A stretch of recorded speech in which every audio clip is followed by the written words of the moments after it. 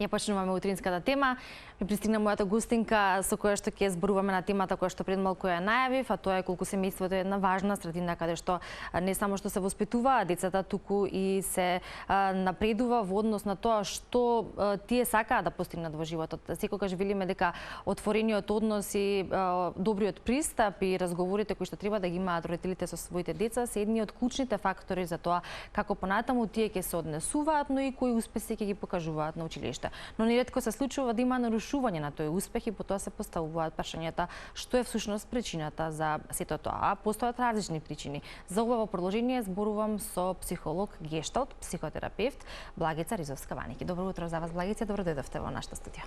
Добро утро, задоволство ми е да бидам дел од вашата програма и ви поздравувам и вас и сите ваши гледачи. Сме имале различни теми во минатото и сме зборувале за теми кои што се општествено важни, особено кога е во прашање менталното здравје кај секој од нас, а стабилноста на истото е многу потребна, особено во секојдневието или во периодот во кој што живееме и функционираме. Но велиме младите се нашата иднина и тие се оние кои што во текот на образовниот процес, во текот на учењето чувствуваат притисоци од различни страни. Семејството е една основа каде што треба да се има поддршката. Затоа би стартувале токму со тоа колку семејството е една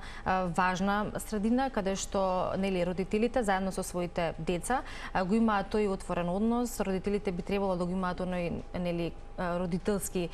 пристап кој што всушност се однесува и на воспитувањето, на формирањето на личноста и во придонесување на напредокот кај своите деца. Така. Значи, семејниот систем е клучен за растот и развојот на секоја индивидуа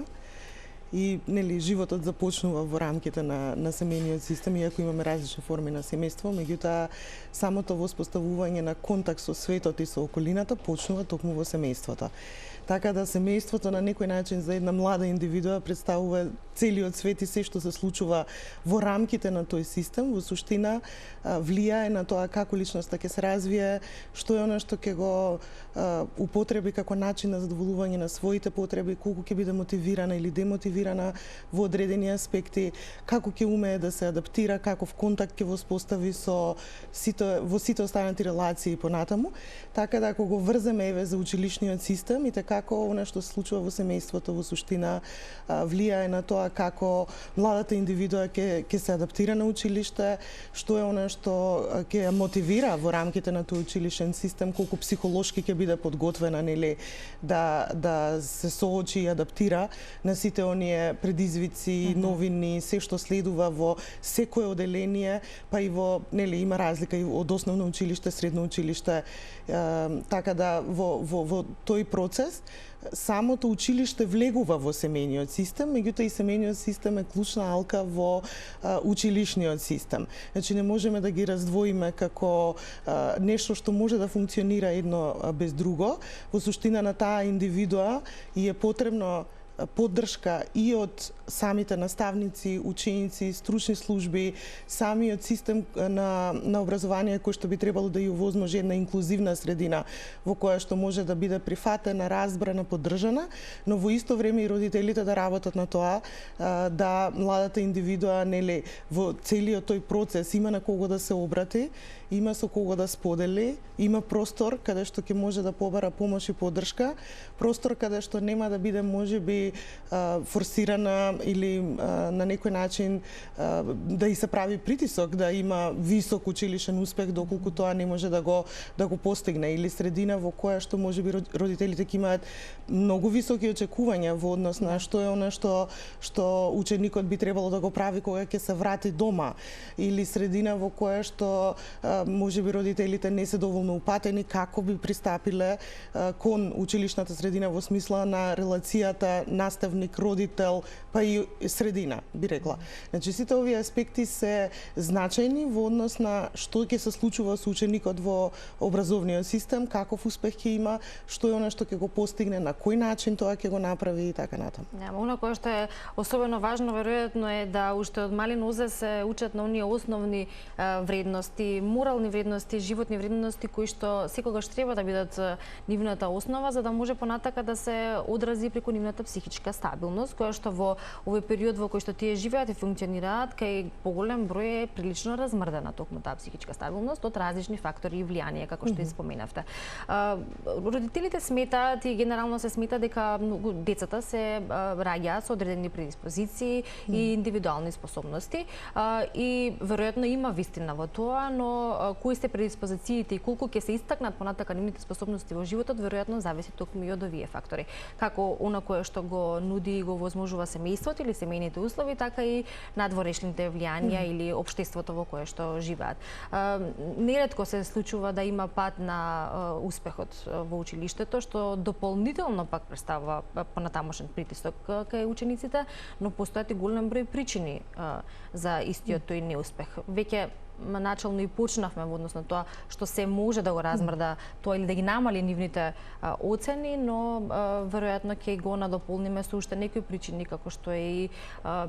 нивната социјализација, па влијанието и од соучениците и како тие тоа го доживуваат, колку амбициозноста може некогаш да има и контраефект. Така, значи во овој контекст самиот процес на социјализација започнува уште во некаде околу втората, третата година, во моментот кога детето веќе почнува да употребува говор и да на некој начин се идентификува како посебна индивидуа во рамките на семејниот систем. Значи, во тој период е бомбардирано од голем број на пораки во однос на како треба, што не е пожелно. Значи, имаме многу мора и треба кои што на некој начин се интроектирани, превземени и не викаме дека сите се штетни, значи дел од нив се многу битни за растот и развојот на индивидуата во контекст на моралните вредности, што е она што е прифатливо во околината, што не е прифатливо и така натаму. Но она што е клучно е дека овие пораки вршат работа доколку се асимилирани на соодветен начин, тоест доколку самата индивидуа има простор во кој што може да го сето тоа абсорбира раџвака и да одбере што е за неа и што не е. Доколку детето е притиснато или постојано прима пораки во однос на како треба, а при тоа нема можност да го даде својот придонес, во смисла да одлучи, бидејќи на таа возраст и нема потенцијал да избере или да селектира, или не му е дадена можност од страна на околината. Значи, во суштина ќе не може ни да одреди што е негово, а што не е понатаму. Тоест, ќе прима све што доаѓа така како што е, а во исто време нема да може да направи селекција што е хранливо за мене, што е во ред и што не е. Така да овој период би рекла дека е еден од клучните во растот и развојот на индивидуата, иако никогаш не завршува, значи продолжува во текот на и детскиот период, адолесценција, па дури и во возрастно доба. Фактори кои што можат да влијаат на ова е, како што спомнав, колку се родителите едуцирани во поглед на како нивните ставови родителски и сето она што сака да го наметнат на детето во суштина влијае на самото дете. Значи таа психоедукација за родителствување, која што сега станува све поактуелна и исто така многу важна. Понатаму какви се условите, зборувам во контекст на дали детето живее со еден родител, со двајца родители, колку конфликти има во самиот семеен систем, дали можеби е жртва на семејно насилство, како се разрешуваат тие конфликти, како се комуницира во рамките на семејството, дали има постојано критики, осуди, омаловажување од страна на членовите на семејството, или е можеби тоа една поддржувачка средина која што го охрабрува детето да истражува кои се неговите потенцијали, кои се неговите ограничувања, што може подобро, каде се лимитите, на кој начин во суштина би можело детето на училиште подобро да го организира времето и кога ќе се врати од училиште, што може да прави со работните задачи на поинаков начин, да има време и простор и за учење, во исто време и простор и за одмор и за сите останати социјални активности. Значи, ставовите, стиловите на родителствување, самата околина во семејниот систем и така како влијае, потоа го имаме училиштето. Какви програми училиштето нуди, како тие се пренесени. Сега има се повеќе млада популација која што што доаѓа на психотерапија поради немање на фокус или неможност да ги слушаат сите оние предавања кои што нели ги имаат на училиште, придолги им се часовите, најчесто тоа го истакнуваат, или пак се пренесени на сувопарен начин кој што нели не може да го разберат, не ја разбираат терминологијата, нејасни им се учебниците. Значи и овој дел исто така е фактор кој што нели придонесува за тоа каков ќе биде успехот, колку детето ќе биде мотивирано и желно да ги слуша сите оние информации, не се само информации, значи на крај на ден би требало да бидат и пренесени на начин на кој што јас ќе умеам да ги поврзам и употребам во иднина, во било која област во која што еве кариерно би се развивал еден ученик. Значи пристапот на учителите, наставниците, еве ќе кажам, кои што секојдневно се модели на сите овие индивидуи, значи исто така е многу важен, колку е тој пристап инклузивен во смисла на децата да се чувствуваат прифатени такви какви што се во таа околина, без да има додатен притисок дека треба да бидат нешто што не се. Ова многу често се случува да самиот образовен систем не е адаптиран на различни видови на ученици, кои што можеби имаат развојни проблеми, кои што можеби имаат одреден вид на инвалидитет, кои што имаат можеби проблеми со неразбирање на јазикот, не им е мајчин јазик, или пак доаѓаат од социјално загрозени средини во кои што немале прилика и помош и поддршка да можеби целиот овој процес го поминат на еден поддржувачки начин. Така да доколку не се нуди ова, исто така ова е фактор кој што влијае на успехот на учениците и на некогаш и конфузијата на родителите кои што иако сакаат да му помогнат на ученикот и да пристапат да најдат соодветен начин, значи некако како да не се разбираат или како да нема соодветна комуникација, бидејќи можеби барањата на родителите и самите потреби на ученикот не се соодветни за училишниот систем. Значи ние тука многу имаме за работа во смисла на нели обезбедување на тој инклузивен систем во кој што нема да се даде една иста задача за сите, нели, него ќе биде адаптирана според сите оние способности, кој колку може, на начин на кој што може, и тоа е нашата обврска, би рекла, и како возрастни, како општество. Во спротивно се појавуваат фрустрациите, кои што може да се провлекуваат во животот, токму поради намалување веројатно на самодовербата дека одреден дел од нив не може да го направат тоа или не се доволно добри во одредена работа и така натака. Едукацијата на родителите која што споменавте е исто така подеднакво важна и кога тие исто неретко заедно со нарушување на успехот на училиште ќе забележат недолично или несоодветно однесување, односно промена на однесувањето кај своите деца и многу често знае да се впери прстот кон децата, кон учениците, кон младите,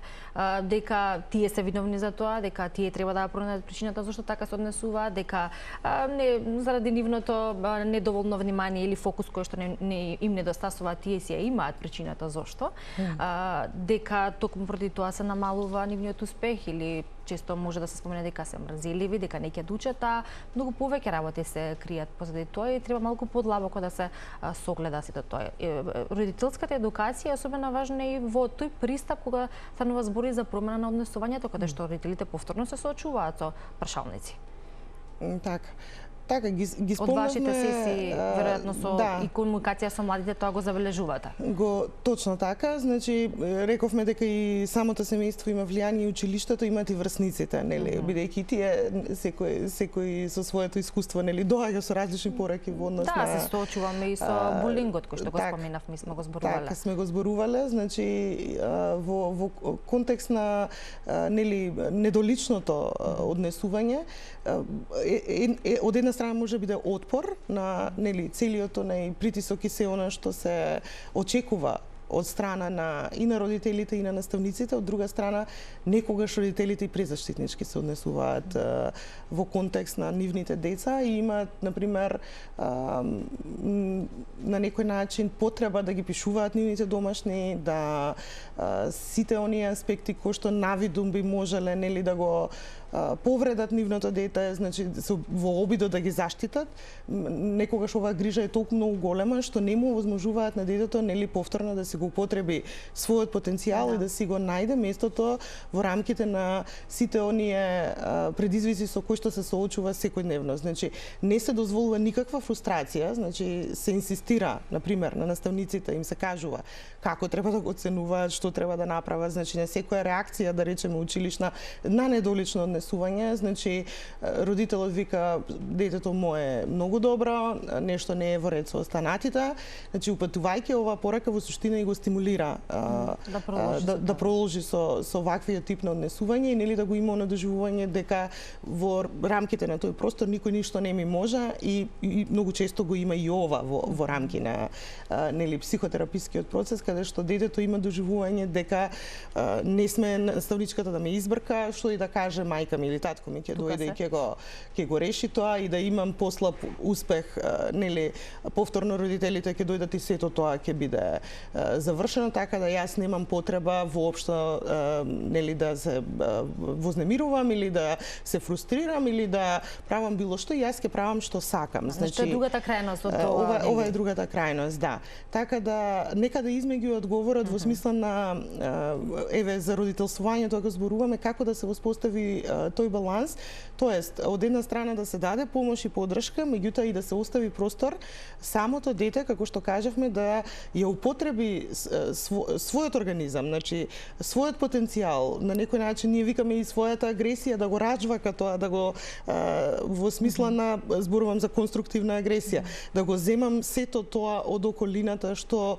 нели ми се пружа како такво, да можам да го соџвакам во смисла на да селектирам што ми е корисно, што не ми е, на соодветен начин во кој што нема да се повредам нити себе си, тоест да се наголтам туки материјал кој што не ми е